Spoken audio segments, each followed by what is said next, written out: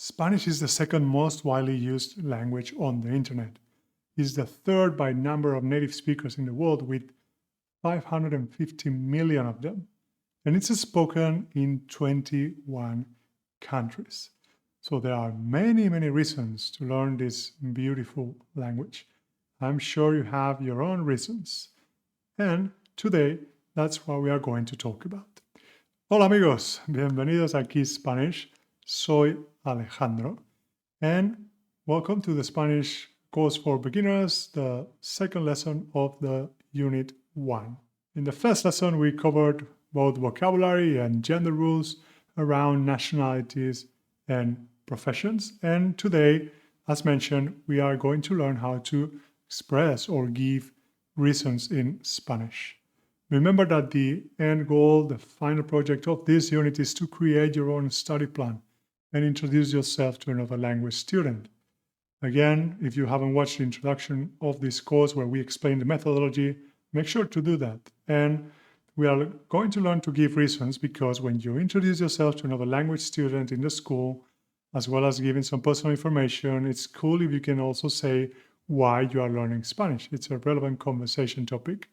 And that's why we're going to learn this skill today. And we are going to do that with 4 of the students we met in the previous lesson about nationalities and profession: Lucas, Anastasia, John, and Herman. Each of them have their own razones para aprender español. Razones para aprender español. There's reasons to learn Spanish, reasons in order to learn Spanish. There is a first reason, porque su pareja es de España. Let's see if you can guess the meaning of it. I won't tell you, but maybe you can infer what pareja means. And if so, which of the students has this reason to learn Spanish? Lucas, Anastasia, John, or Herman? Well, it's Anastasia. Anastasia, su pareja es de España. Her partner, pareja es partner, is from Spain. That's why she is learning Spanish. Remember to participate with me. Try to answer what I'm asking. Okay? Don't be lazy. No seas vago. And participate. So, por trabajo, another reason to learn Spanish, otra razón para aprender español, es por trabajo. Who has this reason? It's John. It's John because trabajo means work. If you remember, John es gerente de producto y es inglés. Now, another reason to learn, para hablar con sus amigos mexicanos, in order to speak with his Mexican friends, is Herman, or Herman in German, because Herman es alemán y es cocinero.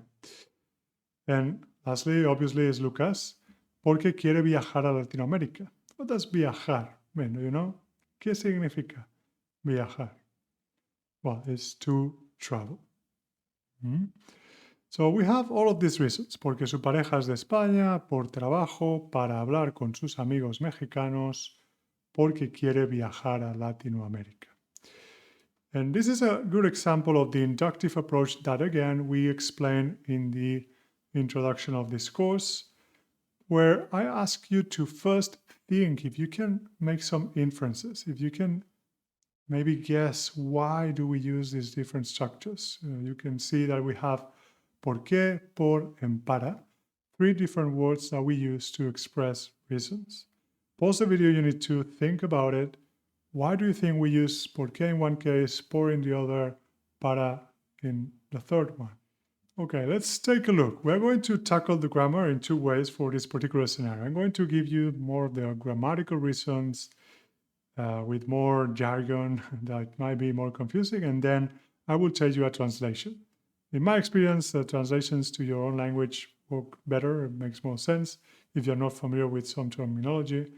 But let's do it both ways. So we use porque to express an but current reason, un motivo actual. Actual is actually a false friend, so I just fell into it as a Spanish speaker.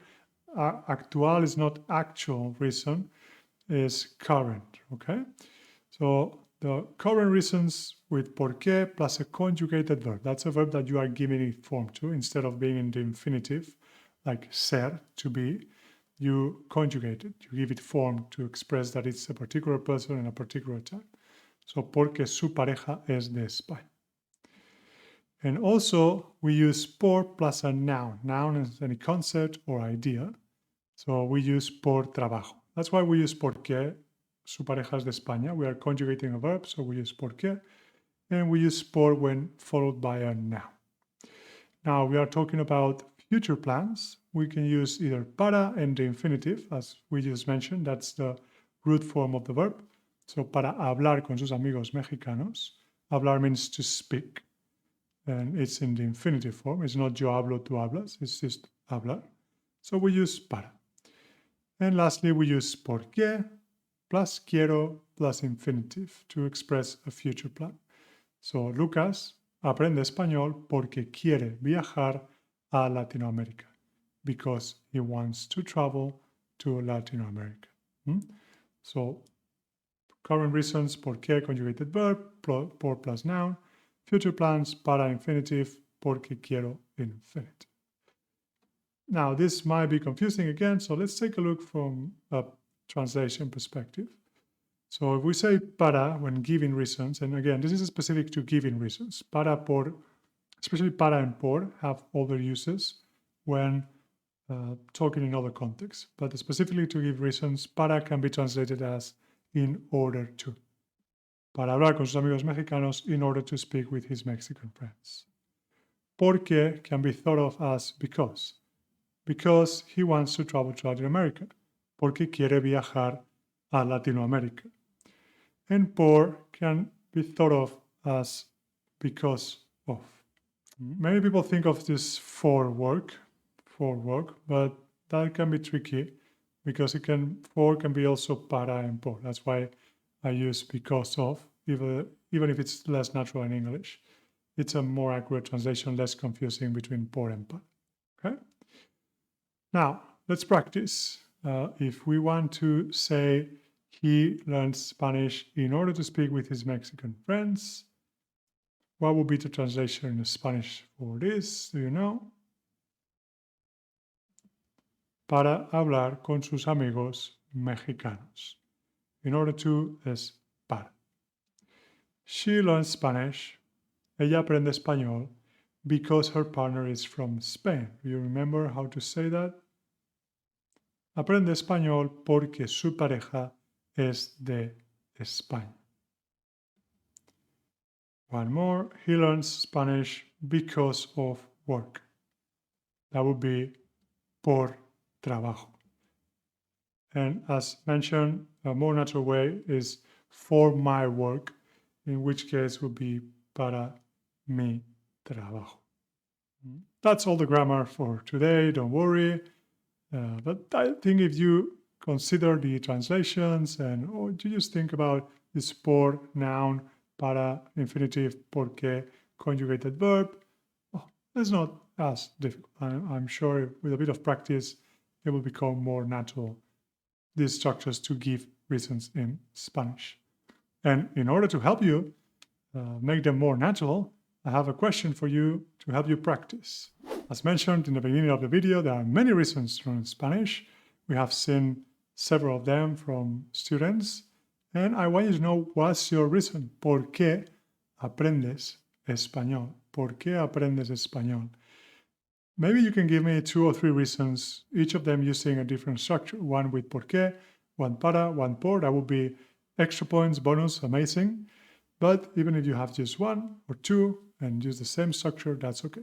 But leave a comment. Participate with me here, practice what you are learning, and tell me why you are learning Spanish. And you can use the structure aprendo español, I learn Spanish, aprendo español, porque, para, por, and whatever your reason is. This is it for today's lesson on giving reasons in Spanish with por, para, and porque. I hope you find it useful, and if you don't want to miss out any of the future lessons on this free Spanish course for beginners we are offering here on YouTube, make sure to subscribe to our channel and click that notification bell. Remember also that you have a link to the playlist in the description with all past lessons and where you will find also every lesson in the future that we publish in order. Muchas gracias por tu atención. Thank you very much for your attention. Soy Alejandro de KeySpanish y nos vemos en clase.